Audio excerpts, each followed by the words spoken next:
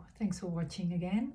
I want to share something today with you about how I see that a lot of us get immune to what we see in the news. A lot of people don't even watch the news anymore. There's a lot of things going on in the world. There's a lot of shifting going on, a lot of transformation going on. But what I do notice is that there is also a lot of numbness with people. They just don't know how to get to the feeling anymore of what's going on in their heart.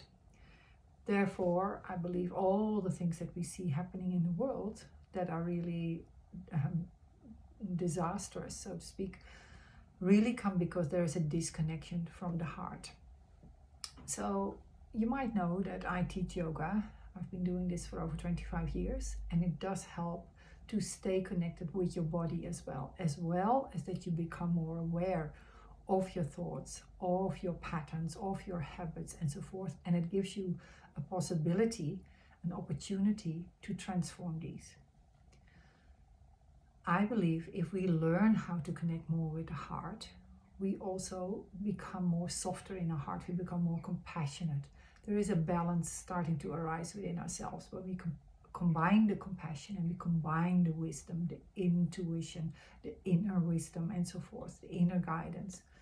So how do we do that? Well, I always like to do this for myself when I balance all my chakras.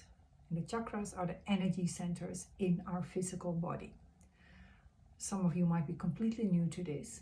So I will start to share some of these practices where you use a simple syllable mantra, just like a short mantra, a one seed syllable mantra that will help to bring your awareness to that center in your body, which is also a connection to certain things that you think and you experience in your life.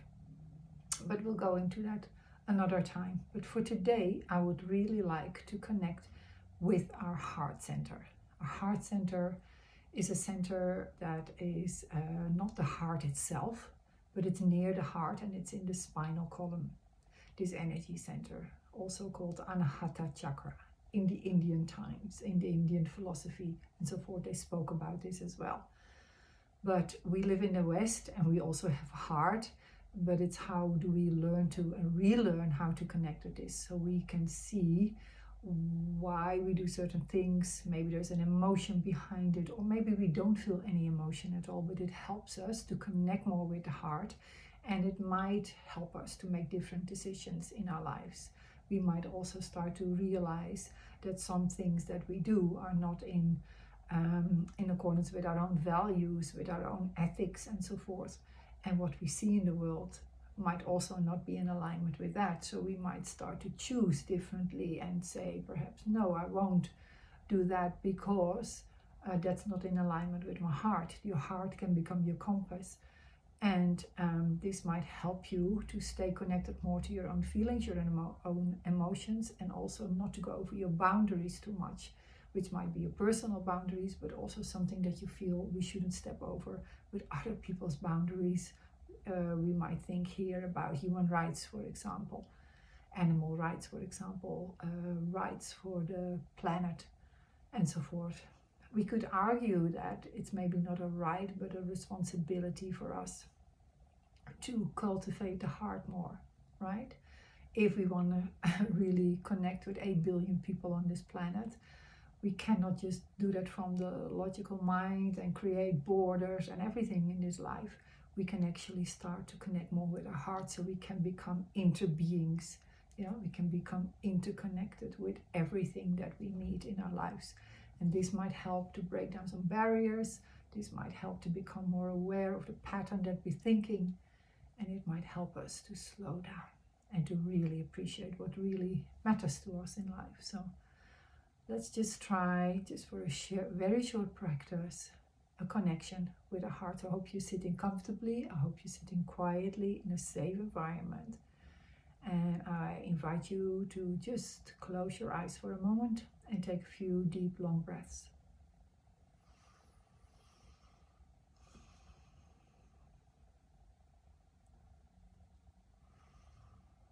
And just watch your breath. Watch the rhythm of your breath, the length of your breath, the quality of your breath. without wanting to change it. Just watch it.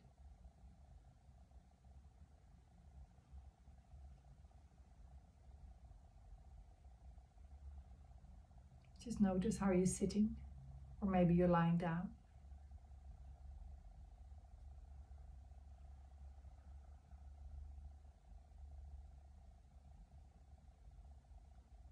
And for a moment, bring your attention to your heart center.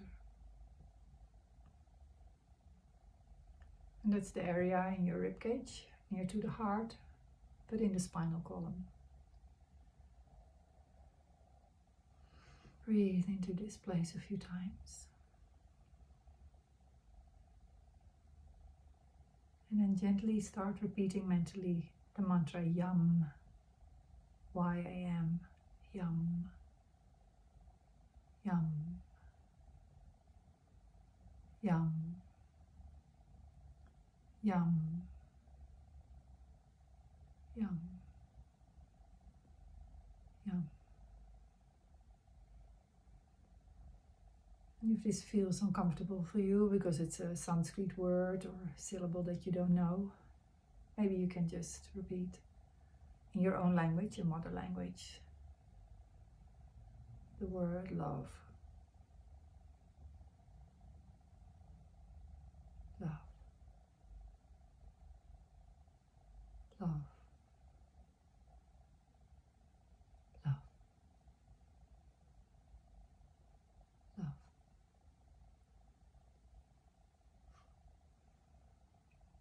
And just by connecting to this place in your body, you can send now the energy as everything, every thought is actually like electricity. Send that love to your whole body. Even if you find that hard to imagine, just visualize this rays of light like the sun going to every direction in your body, filling your body up with love.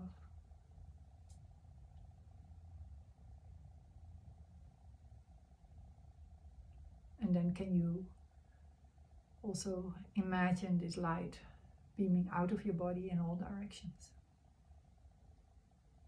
without having to think, without having to analyze it, but just send it out.